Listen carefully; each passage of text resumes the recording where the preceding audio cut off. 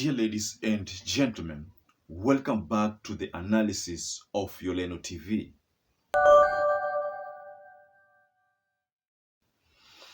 Now, Uhuru Kenyatta is making Kenyans proud, and it is one of the two assignments that the former president Uhuru Kenyatta was assigned. He successfully finished the first assignment, that is the Ethiopian-Tigray mediation talks that was chaired by the former president of Nigeria, Olusegun Obasanjo. And Uhuru Kenyatta was a co-chair of that mediation panel. So Uhuru Kenyatta also took up another role of the DRC mediation talk. And let it be remembered that I think about 7 months ago, Uhuru Kenyatta urged the warring factions within DRC to cease fighting, that it was not better for the EAC community. So this second assignment, to me, it's a bit trying to the former president of the Republic of Kenya, and there are reasons why this assignment will be a bit tricky. It won't be like the first assignment of Ethiopia and Tigray war.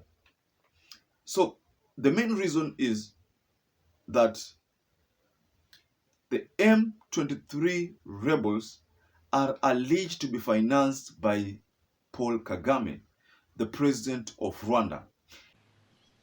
Nataka niwaambie ndugu na dada zanguni ya kwamba nchi yenu ni nchi ambaye imebarikiwa na rutuba, ni nchi ambaye imebarikiwa na Mwenyezi Mungu. Lakini kutoka wakati mlipata uhuru, wananchi wa Kongo hawajaweza kufurahia rasilimali ambaye Mwenyezi Mungu amewapatia. And then there is some other allegations that the Ugandan government could be financing the rebels. So again, another story that we find, before we talk about Uhuru's visit, another story that we come across is that Muhoozi one time said that the M23 rebels are his brothers. That is a remark that he made when he toured Rwanda and decided to do a street walk with the M23 rebels. So that was enough indication that Muhoozi supported the M23 rebels. So the reason why DRC troops are finding it hard to end this war is because of the involvement of Rwanda and Uganda in these rebels. So the rebels issued threats to the Kenyan army. Do you remember the time when William Ruto commissioned the army to go on a peacekeeping mission in that area that is worst affected, and that is the Goma area. And mind you, it's alleged that the M23 are, according to the revelations or according to the news that we got, is that M23 seems to be controlling most of the Kivu province.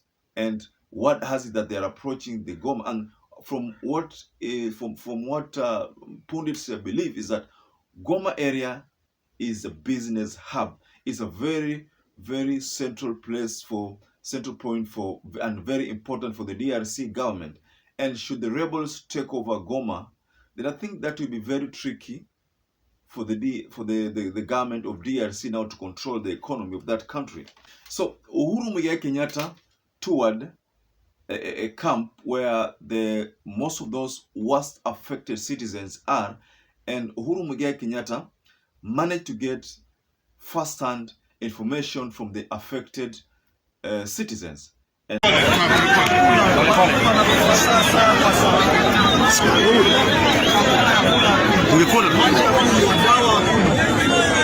Tunalala nje, hatuna tabashi. Tunateseka sana ndani ya nchi.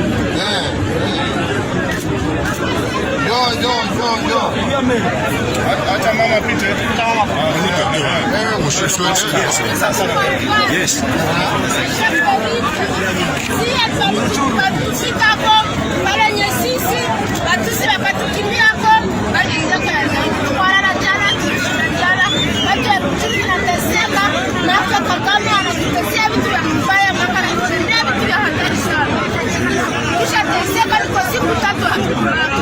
So the affected citizens have complained about Kagame involvement. So that means they are aware that the Rwandan government is involved. And mind you, there is also a problem. One of the things that the M23 rebels are complaining about is that there was an agreement to have their fighters included in the army, the government's army, but then they are saying that Felix Tshisekedi, the president of DRC, did not honor that agreement. And mind you, they are saying again that the DRC, according to what the M23 rebels are saying, the claim is that the DRC had failed to honor a promise to integrate its fighters into the army. So on the other hand, Rwandans are accusing DRC of colluding with the Hutu. So I think the problem here is the Hutu and the Tutsi. You remember the history of the war between the Hutu and the Tutsi? So the Rwandans are claiming that DRC is aligning herself with the Hutu, whereas the DRC are claiming that M23 rebels are mostly composed of the Tutsi. Now, I think this is if you go back to the history of the Hutu and the Tutsi, you find that that is now the genesis of this war. So unless President Felix Tshisekedi solve the problem of inclusion of fighters in the army, I think this war is not likely to end. So the first solution is not for Felix Tshisekedi to step down. That is not a claim that they are making. But the first solution is for the fighters to be included in the army. So I also have a reason why I think the president of the DRC is hesitant to do that. He knows that should he make that effort of including them into the army, then I think he knows that there is likely there's likely to be a rebellion from within. And then I think he knows that should that be the case, then a coup will be inevitable. Because if the Tutsi are involved in the army, then that means they are likely to mobilize the army, and the rebellion is likely to grow. And if that happens, then a coup will be realized. So that is the reason why you find that the government of DRC is hesitant to make that move of including the Tutsi in the government's army.